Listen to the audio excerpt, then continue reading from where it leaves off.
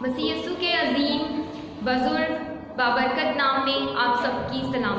तलावत कलाम पाक मुकद्दस मरकज़ की अंजील उसका 10 बाब पहली आयत से लेकर 12 आयत तक।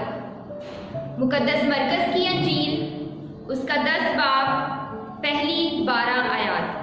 पाक कलाम में कुछ यूं मरकूम है, फिर वो वहां से उठकर यहूदिया की सरहदों में और यरदन के पार आया और भीड़ उसके पास फिर जमा हो गई और वो अपने दस्तूर के मुआफिक फिर उनको तालीम देने लगा। और फरीसियों ने पास आकर उसे आजमाने के लिए उससे पूछा, क्या ये रवा है कि मर्द अपनी बीवी को छोड़ दे? उसने उनसे जवाब में कहा कि मूसा ने तुमको क्या हुक्म दिया है? उन्होंने कहा, मूसा ने तो इजाज़त दी है कि तलाकनामा लिखकर छोड़ दें। मगर यीशु ने उनसे कहा कि उसने तुम्हारी सख्त दिली के सबब से तुम्हारे लिए ये हुक्म लिखा था, लेकिन खलकत के शुरू से उसने उन्हें मर्द और औरत बनाया।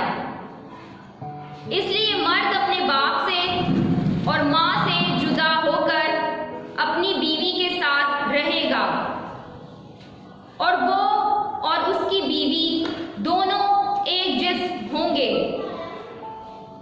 बस वो दो नहीं बल्कि एक जिस्म हैं। इसलिए जिसे खुदा ने जोड़ा है उसे आदमी जुदा ना करे। और घर में शागिर्दों ने उससे इसकी बाबत फिर पूछा।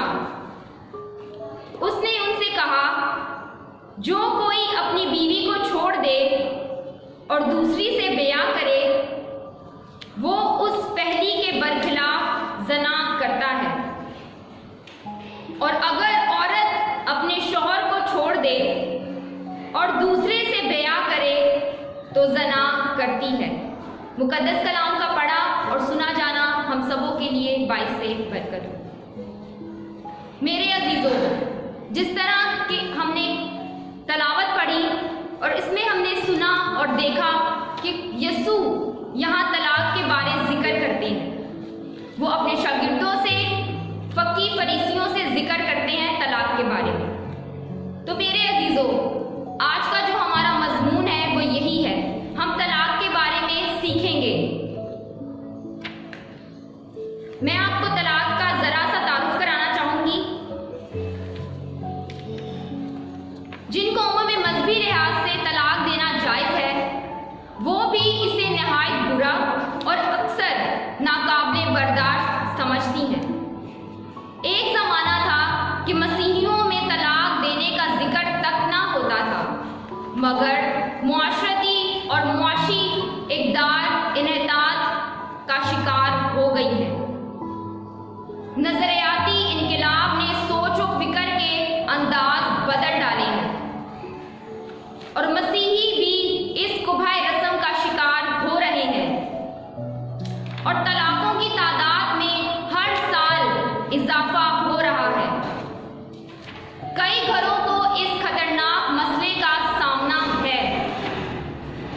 अगर दानिशमंदाना सलाह मशवरा की कोई ज़बील हो और शादी से पहले और अज़दवाजी ज़िंदगी में मुश्किलात के पैदा होते ही लोग इससे इस्तिफ़ादा करने की कोशिश करें, तो बेशुमार घर तलाक की नहुस्त और लानत से बच जाएंगे।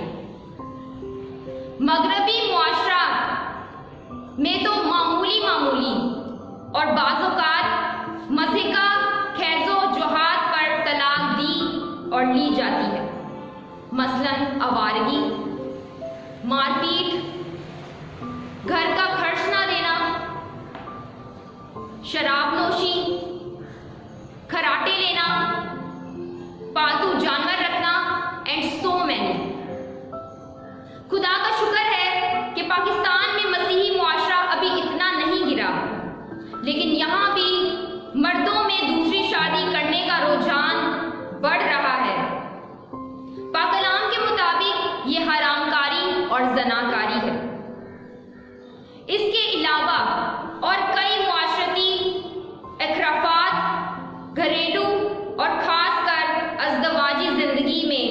बदमज़गी और तल्खी पैदा हो रही है, जिनके बायस तलाक की शरह में इजाफा हो रहा है।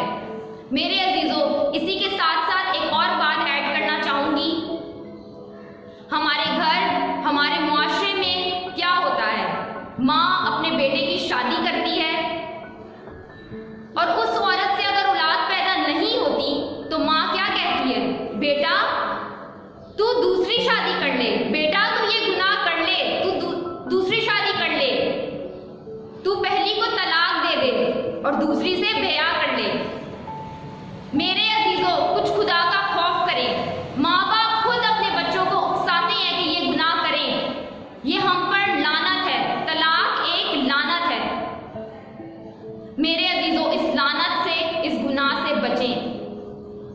अगर बेटा थोड़ा गैरतमंद है भी तो माँ उसे तलाक का बोलकर, दूसरी शादी का बोलकर उसे बेगैरत बना देती है। मेरे अजीजों, हर मुश्किल का, हर प्रॉब्लम का कोई ना कोई सल्यूशन जरूर होता है। अगर औलाद पैदा नहीं हो रही तो इसका भी कोई ना कोई सल्यूशन है। आप खुदा के आगे झुकें, रोजे में ठहरें, दुआ करें, खुदा से इल्तिजा करें, गिरियाजारी करें, तो वो क्यों कर आपको औलाद नहीं देगा, वो जरूर देगा। जिस तरह उसने हन्ना को दी, वो किस तरह गिड़गिड़ा कर रोई कि ऐ खुदावन मुझे औलाद से नवाज, वो जरूर आपको औलाद देगा। पर ऐसा गुनाह मत करें, अपने बच्चों को गुनाह की तरफ मत ले जाएं। मेरे अजीजों, आए हम चंद सवालात की मदद से आज के मजमून का मुताला करते हैं। पहला सवाल, शादी का मुआहदा कितनी मुद्दत के लिए होता है? शादी का मुआहदा कितनी मुद्दत के लिए होता है? तो इसका जवाब है, जब तक मौत जुदा ना करे। अभी हमने तिलावत में पढ़ा, मरकज़ 10 बाब उसकी 8 और 9 आयत में लिखा है, और वो दोनों एक जिस्म होंगे, एक तन होंगे।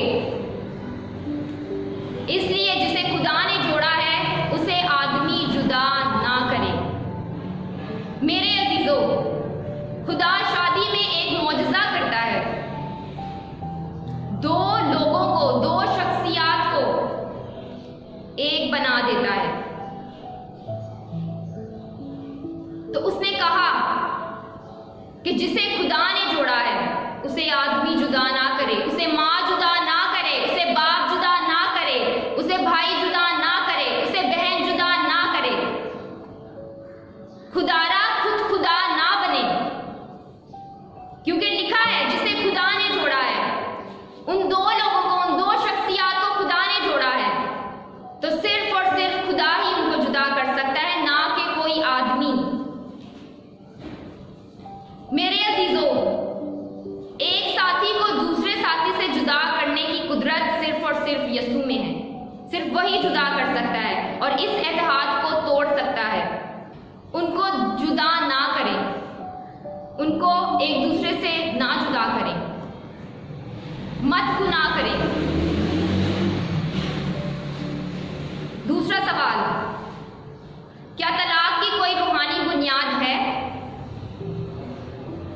तो इसका जवाब है जी हाँ, एक और सिर्फ एक रूहानी बुनियाद, और वो है हरामकारी।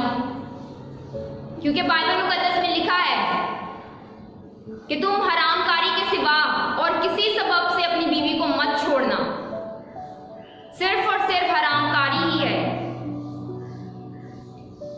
मत्ती 19 बाब 9 आयत, मैं तुमसे सच कहता हूं कि जो कोई अपनी बीवी को हरामकारी के सिवा किसी और सबब से छोड़ दे और दूसरी से ब्याह करे, वो ज़ना करता है।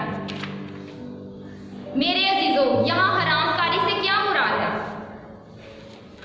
इसके बुनियादी मायने ये हैं कि किसी तीसरे शख्स के पास या किसी तीसरे शख्स से नाजायज जिनसी ताल्लुक कायम कर लेना, रख लेना, ये है हरामकारी। और ये हमारे घरों में, हमारे मुआशरे में दिन ब दिन बढ़ता चला जा रहा है। बीवी अपने मर्द को छोड़कर दूसरे मर्द के पास जा रही है, शौहर अपनी बीवी को छोड़कर दूसरी के साथ ब्याह करता है, दूसरी के पास जाता है। मेरे अजीजों, हरामकारी के सिवा और कोई सबब नहीं है हमारे पास कि हम तलाक दें। तीसरा सवाल, क्या तलाक याफ्ता शख्स दूसरी शादी कर सकता है? इस्तिस्ना 24 बाब पहली 4 आयात आप पढ़ सकते हैं। उसमें लिखा है कि अगर बीवी अपने मर्द को छोड़कर दूसरे के पास जाती है और अगर वो दूसरा आदमी भी किसी सबब मर जाता है, एक्सीडेंट हो जाता है या कोई और सबब, तो उस पर लाजिम नहीं है कि वो पहले के पास जाए, क्योंकि वहां लिखा है कि ये बात खुदा के सामने, खुदा के हजूर मकरू बात है, बहुत ही बुरी बात, निहायत ही गंदी बात है। मेरे अजीजों, अगर तलाक पाक कलाम के मुताबिक है तो वो दोनों दूसरी शादी करने को आजाद हैं। जाहिर है कि दूसरी दफा वो बहुत मोहतात होंगे, और अगर तलाक कलाम मुकद्दस के मुताबिक नहीं है तो दूसरी शादी हरामकारी में जिंदगी गुजारने के मुतरादिफ है। सिर्फ और सिर्फ हरामकारी ही सबब है तलाक का, और कोई सबब नहीं है।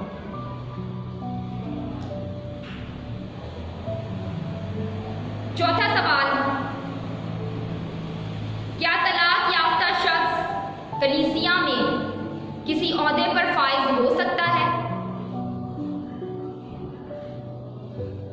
तो इसका जवाब यह है, अगर शख्स बेगुनाह है और तलाक कलाम के मुताबिक है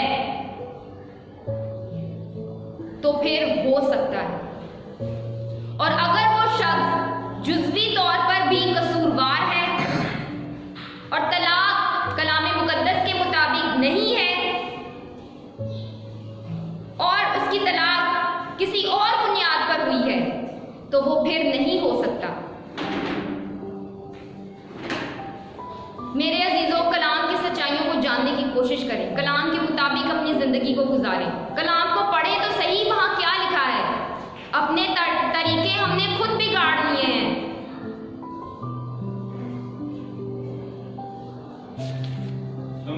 तलाक से क्यों बचना चाहिए? आज का हमारा 5वां सवाल, तलाक से क्यों बचना चाहिए और कैसे बच सकते हैं हम? मेरे अजीजों, तलाक से इसलिए बचना है, बच्चों की फलाह और बहबूद का ख्याल करें, क्योंकि सबसे ज्यादा असर सिर्फ और सिर्फ बच्चों पर ज्यादा पहुंचता है। हमारे घरों में, हमारे मुआशरे में बच्चे बहुत जल्दी बातों को स्टोर कर लेते हैं। हम तो उनको बच्चे समझते हैं ना, लेकिन वो बहुत जल्दी अपनी उन बातों को पिक कर लेते हैं, उन बातों को स्टोर कर लेते हैं। बच्चों की फलाह और बहबूद का ख्याल करें, इस तरह हमारे बच्चे बर्बाद हो जाएंगे, हमारे घर बर्बाद हो जाएंगे। मेरे अजीजों, बच्चों की फलाह और बहबूद का ख्याल करें। हमें तलाक से इसलिए बचना है, तलाक से वाबस्ता शर्म और बदनामी का सोचें और ख्याल करें कि ऐसे मामले में लोग कैसी कैसी बातें बनाते हैं। ये एक शर्मनाक और बदनामी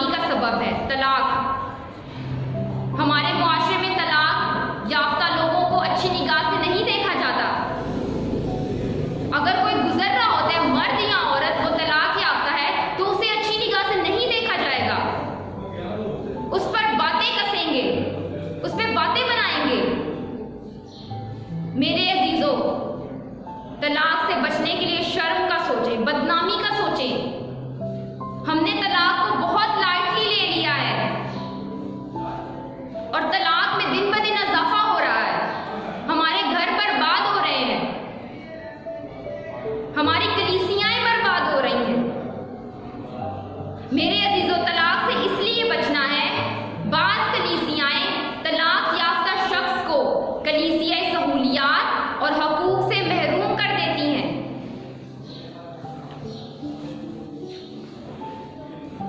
मेरे अजीजों, कलीसिया के रुकन बने, ना कि कलीसिया की सहूलियात और हकूक से महरूम रहे। तलाक बहुत बुरी चीज़ है, ये एक लानत है। इस लानत से हमें बचना है। तलाक से इसलिए बचना है, तलाक देना इस बात का इलानिया इकरार है कि हम नाकाम हो गए हैं, बहुत बुरे तरीके से नाकाम हो गए हैं। हम उस शादी के बंधन में, उस पाक बंधन में बहुत बुरे तरीके से फेल हो गए हैं, नाकाम हो गए हैं। मेरे अजीजों, जब मियाँ और बीवी निकाह करते वक्त एक दूसरे से वादा करते हैं कि हम हर दुख सुख में एक दूसरे का साथ देंगे, हर परेशानी में एक दूसरे का साथ देंगे,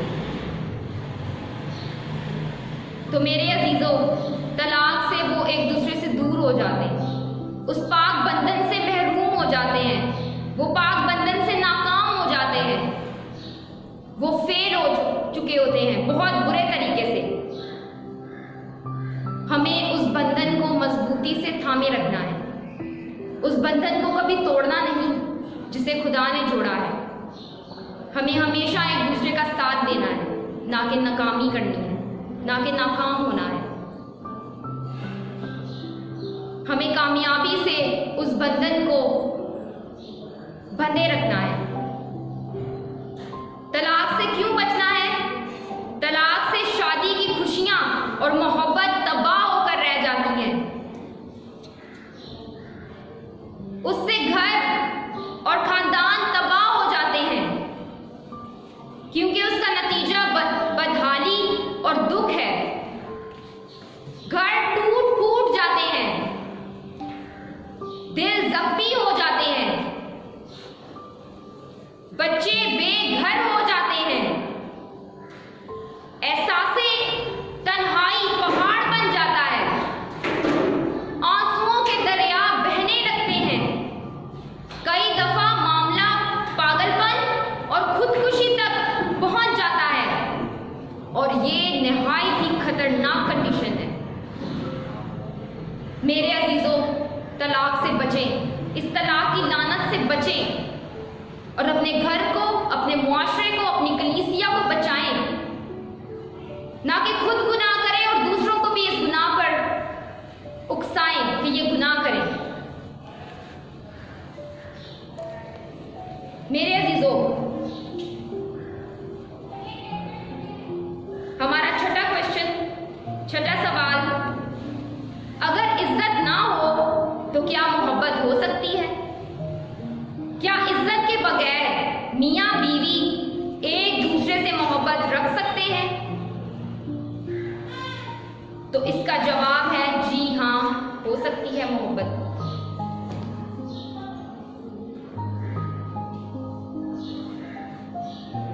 क्योंकि खुदा बदसूरत गुनाहगार से मोहब्बत रखता है, हालांकि उसकी इज्जत नहीं कर सकता, लेकिन फिर भी उससे मोहब्बत करता है। जैसे माँ अपने शराबी बेटे से मोहब्बत रखती है, अपने कातिल बेटे से मोहब्बत रखती है। मुकद्दस लूका की अंजील बाब 15 में हम बाप मुशर्रफ को देखते हैं। वो अपने बेटे से मोहब्बत रखते हैं, जबकि उसके बेटे ने उससे बगावत की, वो घर छोड़कर भाग गया, उसने अपना हिस्सा लिया और अपने बाप को छोड़ दिया उसने। लेकिन उसके बाप ने फिर भी उससे मोहब्बत की, अपनी मोहब्बत को नहीं छोड़ा उसने। मेरे अजीजों, जो मोहब्बत बेलौस और खुदा तर्स वाली मोहब्बत हो, वो बहुत गहरी और ताकतवर मोहब्बत होती है। बेशक ऐसे शख्स से भी जिसकी हम इज्जत नहीं कर सकते, लेकिन मोहब्बत की जा सकती है। मसीह तो और भी आगे की बात कहता है कि तुम अपने दुश्मनों से मोहब्बत रखो। मेरे अजीजों, जो बंधन खुदा ने बनाया है, जो रिश्ता खुदा ने जोड़ा है, उसकी केयर करें। मियाँ बीवी एक दूसरे की केयर करें,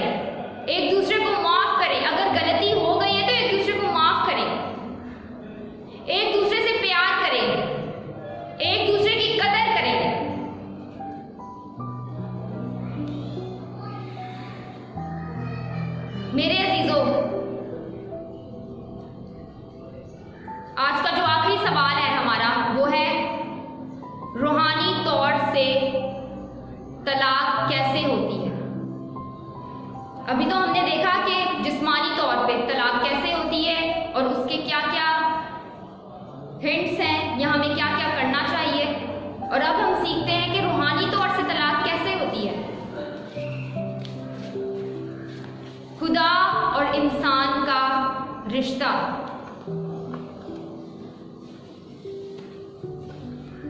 खुदा दुल्हा है और उसकी कलीसिया, उसके लोग उसकी दुल्हन है। मेरे अजीजों, खुदा हमारा दुल्हा है और हम उसकी दुल्हन। खुदा और इंसान के दरमियान कैसे तलाक हुई? इंसान खुदा से दूर चला गया। बनी इस्राइल को देखा जाए तो वो गैर माबूदों के पास चले गए। उन्होंने गैर माबूदों की पूजा करनी शुरू कर दी, अपने खुदा को छोड़कर, अपने मसीहा को छोड़कर गैर माबूदों के पास जाते, बुत परस्ती करते। मेरे अजीजों, इंसान ने जब नाफरमानी का गुनाह किया तो वो खुदा से बहुत दूर हो गया, उनमें बहुत डिस्टेंस हो गया, बहुत फासला हो गया। मेरे अजीजों, पुराने अहदनामे में हम होसिया नबी को देखते हैं। होसिया नबी की बीवी एक बदकिरदार और बदचलन औरत थी। वो अपने शौहर को छोड़कर दूसरे शौहर के पास जाती है, दूसरे मर्द के पास जाती है, वो हरामकारी करती है। लेकिन खुदा ने कहा, ए होसिया, अपनी बीवी को ले आ। वो अपनी बीवी को लेकर आया, उससे औलाद पैदा हुई। वो फिर भाग गई, वो फिर चली गई। फिर खुदा ने कहा, ए होसिया, तू अपनी बीवी को लेकर आ। वो फिर लेकर आया, उससे फिर औलाद पैदा हुई। वो फिर भाग गई। फिर खुदा ने कहा कि होसिया, अपनी बीवी को अपने पास ले आ। होसिया ने कहा, ए खुदावन, ए मेरे आका, अब तो उसकी कीमत अदा होने को है, वो तो बिक रही है। तो खुदा ने कहा कि तू उसकी कीमत अदा कर, तू उसकी कीमत अदा करके उसको अपने पास ले आ। उसने फिर अपनी बीवी को खरीद लिया। वो फिर नहीं भागी। और मेरे अजीजों, जब इंसान खुदा से दूर हो गया, जब दुल्हन अपने दुल्हा से दूर हो गई, तो खुदा ने अपने बेटे यीशु को इस दुनिया में भेजा, जिसने अपने लहू की कीमत अदा करके मुझे और आपको खरीद लिया है। जिस तरह एक औरत अपने मर्द को छोड़कर दूसरे के पास चली जाती है, जिस तरह होसिया की बीवी अपने शौहर को छोड़कर दूसरे मर्द के पास जाती है, होसिया ने उसे खरीद लिया, वो फिर कभी नहीं भागी। इसी तरह मेरे अजीजों, यीशु ने अपने लहू से मुझे और आपको खरीद लिया है। अब हमें भागने का नहीं, अब हमें भागना नहीं है, दूसरे गैर माबूदों के पास नहीं जाना, बुत परस्ती नहीं करनी, हमें खुदा से बगावत नहीं करनी, खुदा से जुदा नहीं होना, अपने तरीकों को नहीं बिगाड़ना। खुदा से लोग बगावत करते हैं, बेवफाई करते हैं, होसिया की बीवी की तरह। मेरे अजीजों, अब हम खरीदे जा चुके हैं, अब हम भाग नहीं सकते, अब हम दूसरों के पास नहीं जा सकते। मेरे अजीजों, कुछ खुदा का खौफ करें, खुदा की तालीमात को रद्द ना करें, उसके कलाम के मुताबिक अपनी जिंदगियां गुजारें। आप कलाम पढ़े तो सही कि वहां क्या लिखा है कि तू गैर माबूदों को ना मानना, अपने लिए कोई तराशी हुई मूरत ना बनाना, तो सिर्फ और सिर्फ अपने जिंदा खुदा की इबादत करना।